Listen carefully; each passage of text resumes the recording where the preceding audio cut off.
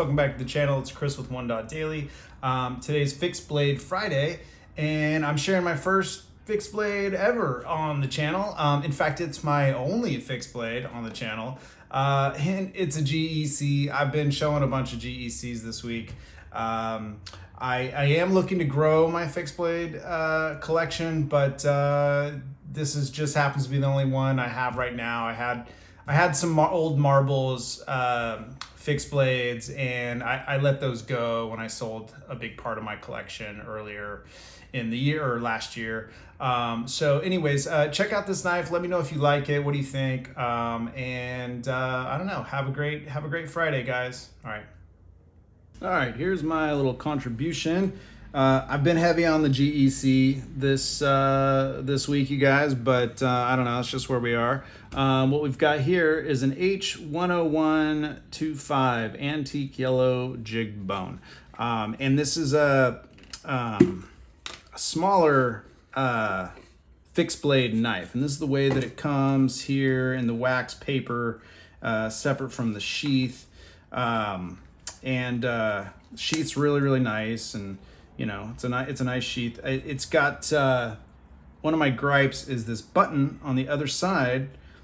It has metal, and when it goes in, it will rub on this blade. So I put a piece of painter's tape behind it on there so it doesn't scratch it up, because I don't know, this one, it's not like I'm gonna really carry this knife, I don't think.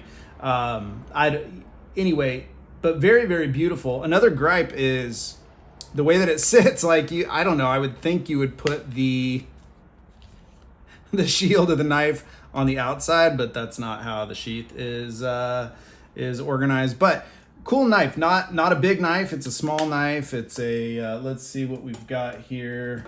Where is my ruler? We have a total overall length of under 7 inches, so 6 3/4 it looks like, or 6 7. No, it's right at 7.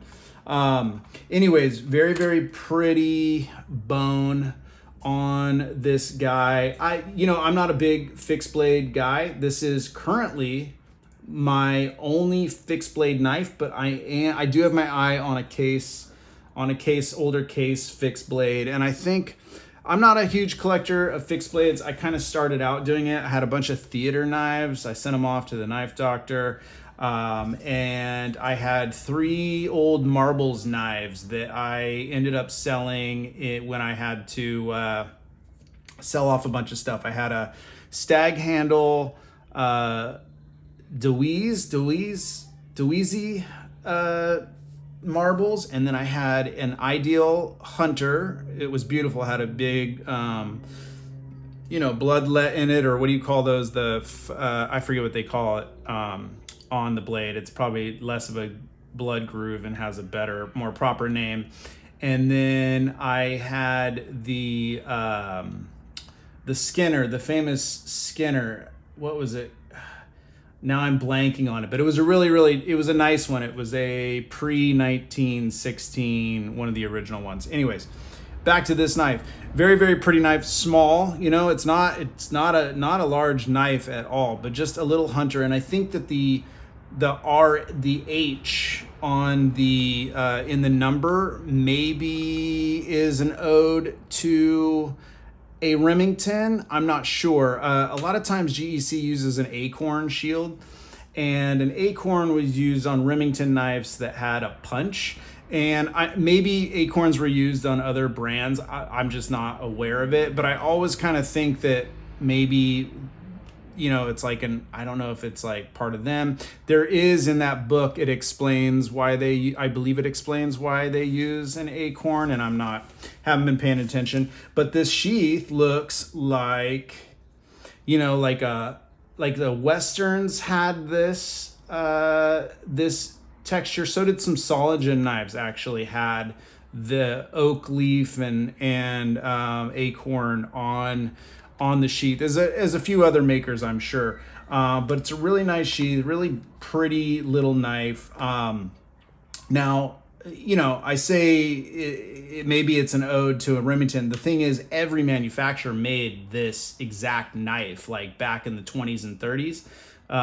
I've seen Camillus, I've seen Case, I know Kinfolk, of course, kind of a Case, Union Cutlery. They all made this almost exact knife that didn't have a pommel on it, and some sort of guard usually, but then there was a bunch like this one I couldn't find in my books. I've got a couple different books here that have a bunch of fixed blades, but these were kind of a little bit more basic knives, you know. They're just a full tang with some handles thrown on. This one happens to have a guard, you know, almost like more of a Bowie style hunter, although I think Bowie is extra large. This knife's much larger than this knife, but they remind me of these little knives, which it's obviously a different shape, but every manufacturer also made a version of that. In fact, most manufacturers made versions of all these. Yeah, anyhow,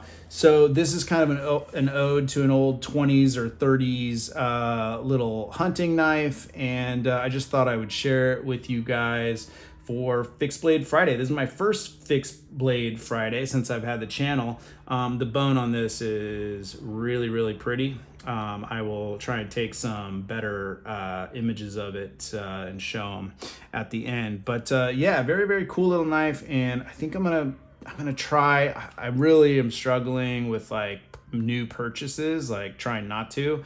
But there's a particular Case fixed blade that just really kind of has my attention right now. Do any of you, I don't know, these fixed blade GECs are like not a thing so much. I got this on the drop, so I got it, you know, they were 135. I think they were 135 or 140 on the drop, and you know, a GEC for that price is generally a good price. So I went ahead and splurged on it, and you know, I thought it was very pretty. Some of them came out with lighter handles. This one has kind of a little bit more rich and dark, which I really appreciate this tone on it.